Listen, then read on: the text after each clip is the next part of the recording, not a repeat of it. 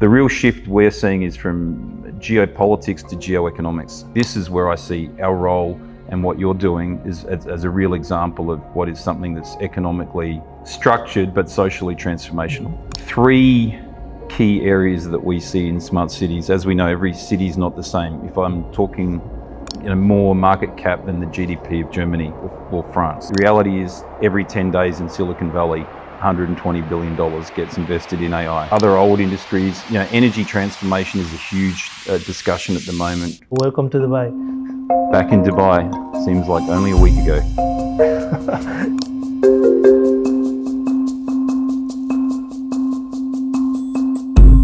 Yeah, so before we start, Cory, for those who are not familiar, could you please tell us a bit about the Smart Cities concept?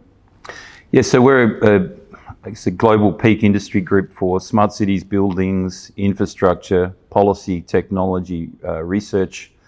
We're founded in the United States. We have offices all over the world. Now we're working with governments in areas around education, training, maturity assessments, and investment, of course, which is a really important part of our collaboration with you and our activity in the Middle East. So you have been leading conversations globally on how cities evolve. And we at AIM, we have been on a similar journey, looking at how investment is reshaping economies. Maybe we can start here. From your perspective, how are cities today redefining prosperity beyond just GDP growth? It's a really interesting point. One of the discussions we've been having a lot lately is with technology like AI, the incredible speed now that wealth is concentrating with a few people. We might have seen, last week, Larry Ellison briefly became the richest man on earth, with Oracle. It's a concern, I think, that 79 people in the Bay Area have more money than the 5 billion poorest people on the planet. Every society that ever broke was because the gap between the rich and the poor got too far. So on the one hand, 79 people in America have more money than the 5 billion poorest people, yet 600 million Africans don't have electricity. So for us, we see it as being very two-paced, that the people in what I think now we call the economic north are wealthier than ever, living longer than ever, but ironically are unhealthier and unhappier than ever. 73% of Americans are overweight or clinically obese. So it redefines the question about what does success look like for cities. And we're really bringing more into focus the concept of health span that we've launched internally as a task force, which focuses not just on length of life, but quality of life as a redefining metric for smart cities. And economic prosperity and strategies to distribute wealth is good for wealthy people and it's good for those who aren't. This is a really important paradigm shift, I think, in the way of thinking about smart cities. That's amazing, because at AIM, we are also hearing that prosperity is shifting. It's not just about capital, but how capital empowers communities. In your global work, where do you see the biggest momentum? Is it in AI-driven infrastructure, green mobility, or maybe new financing models for cities? It's a good question, and it's an incredibly interesting time. I mean, I was last year at OECD's roundtable on smart cities, and will be again in a few weeks. And the investment minister for France was talking about their $120 billion commitment to AI. The reality is every 10 days in Silicon Valley, $120 billion gets invested in AI. So there's enormous shifts in terms of where wealth is being directed and invested. There's a huge capacity that particularly the US has for investing in transformational startup businesses. I think you would have seen one of their cyber companies sold for $32 billion recently. It was acquired out of Israel on a 4-year they'd only been established 4 years. So on the one side, the capital is shifting in terms of where and how it's being deployed, and other old industries, energy transformation is a huge discussion at the moment, from electric to hydrogen, and the slow process now to phasing out fossil fuel. So and autonomous mobility, everyone's seen Tesla go from nothing to the biggest car company on the planet. And if you ask people at Tesla, are they a car company? They'd say they're a data business. So there's this real shift in the way people define industry sectors and the way they're investing in industry sectors. And I think there's going to be a lot of innovation in the way government projects are invested in. We're talking to big capital funds now that if you want to put a smart city solution in, whatever that might be as a government, they'll want to secure over the data assets, not the physical assets, which is the traditional way of financing. They see far more value and easier to build business cases over those data assets and streetlights and smart bins and 5G and all of these things. You know what struck me at AIM 2025 was how quickly startups and traditional investors began sitting at the same table.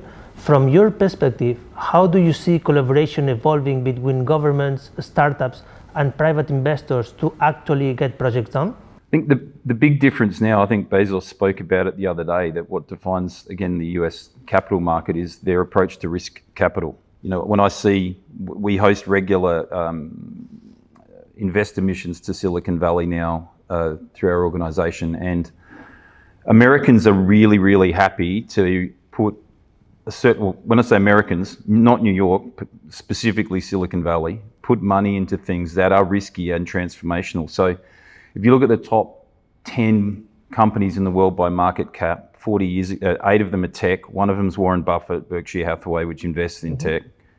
And the only other one's Louis Vuitton, Moet Hennessy. That's the traditional type of business that's there. All these companies have grown so fast because in technology you can. 100 years ago, if you're a farmer, you might be 10% better than me or a builder, and over time you can become wealthy, but it involves enormous amounts of capital deployment, and it involves a long life cycle to become as big as an Nvidia or an Apple, which have more market cap than the GDP of Germany or France. These are enormous companies now, which leads to an ethical question later. But that's why if you can take a company from nothing, from a good idea to being one of the biggest companies in the world in a generation, that's the difference between the technology economy that we're dealing with than all other traditional economies like resources and manufacturing and agriculture. But sometimes the barrier is not innovation. It's about trust, governments, and the speed of execution. At AIM, we have been focusing on how to create ecosystems to move faster. In your view, Cory, what do cities and companies need to differently to accelerate implementation? It's another really good question. The challenge, there's a saying, I've talked about Oracle before, and I was with their head of public sector the other day. Once companies get as big as an Oracle, there's this sort of joke that they don't have customers, they have hostages. The challenge for government is they want to procure openly, but at the scale and complexity that governments operate, at some point you need to commit to a Microsoft or an AWS or Oracle or whatever it is, or SAP. So that balance of being, trust in government comes from transparency in government. We started at AIM this year working with the Democratic Republic of Congo, who are $14 trillion of mineral resources they want to bring to market. We hosted them in the United States, and now they're building out. This is a tangible example, a transparent mercantile exchange on blockchain that will be able to show that resources are ethically sourced, appropriately distributed to bonded warehouses, and published in an open marketplace. Now, this is transformational in terms of getting money into the hands of the citizens of the DRC, not offshored to huge corporations that would further concentrate wealth. This is where I see our role and what you're doing is as a real example of what is something that's economically structured but socially transformational. So let's zoom out for a moment. If you look at the regions, whether if it's Asia, Africa, the Middle East, or Latin America, where do you see the most exciting models of city transformation today? And what lessons can the rest of the world take from them? There's about 3 key areas that we see in smart cities. As we know, every city is not the same. If I'm talking with Erol and Istanbul, there's 21 million people. If you go to America, there's 18,500 small towns. This is what America really is. Only 9 American cities have more than 1 million people. So part of where we are focused is in what we would call the economic north, getting equity in the distribution of technology. Technology can in fact drive the gap between the haves and the have-nots.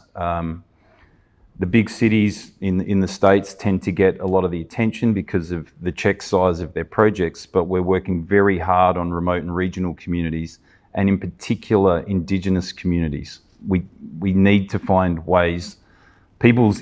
In my country, in Australia, if you're a First Nations person, your life expectancy is 31 years less than the national average. It's a scandal for a Western country to have such disparity of outcomes in terms of quality of life, education, health, safety. So for us, that's an incredibly important focus because cultural context drives almost every successful or thriving city. The city you're from is a beautiful example of art and architecture and food and music enriching people. People don't walk around and talk about the sidewalks and the bus and the bike lanes and the trash cans. They talk about the food and the music and the architecture. So these are the really interesting issues for cities where there's a focus. And then, of course, like I've mentioned, in Africa, there's a huge and urgent need for transformation. There's hundreds of greenfield cities being built and designed across Africa. This is a different process than transforming a European city as well. So it really breaks into 2 parts from the more developed nations and the developing nations, and then focusing on distribution of and equality of outcome for people within those contexts. And for AIM 2026, the theme is reshaping global prosperity. For us, that's about rethinking how investment flows actually build inclusive and sustainable futures. How do you think that the Smart Cities Council can help shape the dialogue? And what role does AIM play in bringing those different actors together? Yeah, for us, there's 3 key drivers that we focus on that probably everyone else does: capability, capacity, and collaboration. Now, capability speaks to all of our initiatives in education and training. Capacity is the critical requirement for funding and for access to the tools to be successful as government. Another part of it isn't just the money in the education, but organisational change management for governments has been a big impediment. Often, when I was still in private sector, I had one city in particular that we had an urban transformation smart city project. It took 3 years for them to work out how to procure it, because we're living in the world of everything as a service now. I think we had 23 different department leaders from the city were all stakeholders in this project. Some were in data, cyber, traffic, public safety, water, lighting, energy, and so on. This involves an incredible transformation in the way governments organise themselves. And the richness of the data that can help change cities comes from centralising it, but with that comes that single point of failure risk as well. And we see every day bad actors in areas of cybersecurity, privacy, and now acting at a scale with AI. We've seen the deep fake this year, where the $20 million going out of Hong Kong from one of our biggest consulting firms in the world. So the role AIM plays is being able to bring into focus what good can look like in terms of innovative procurement, innovative finance models. The people and organisations that attend have the capital and the breadth of vision to understand the need to invest in these innovative projects, but also that citizens need to win. So I think from our perspective also, strategically, this region is in many ways having oversight over the capital flows of the broader GCC region and even through into North Africa.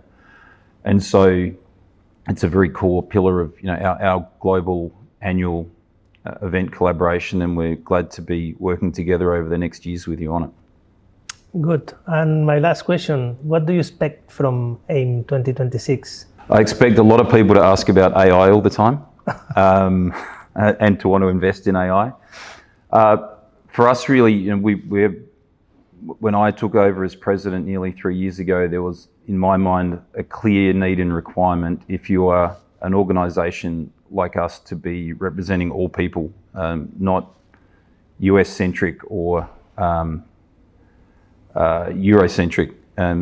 What we're seeing is a shift at the moment in the global political landscape, which I think is probably more tension than it's been since 1915, adding in the Middle East that wasn't as tension then. So the real shift we're seeing is from geopolitics to geoeconomics.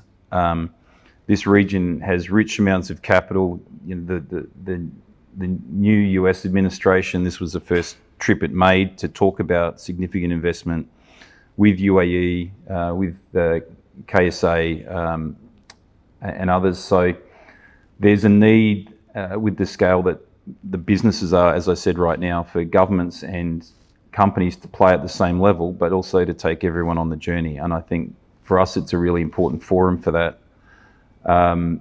And what we want and hope is that people go away with an enhanced perspective of what's possible. I think it's a fair criticism over the last years that some smart cities projects haven't been as successful as they could be, and they need that level of maturity in terms of strategy, procurement, and capital to deliver the benefits that they can. Brilliant, Cory. I think what's clear is that we are not just talking about smart cities, we are talking about a smart prosperity, smart futures, and a smart investment. Thank you so much for joining us, and we look forward to continue this conversation at AIM Congress 2026. Thanks, appreciate it, and I'll see you soon.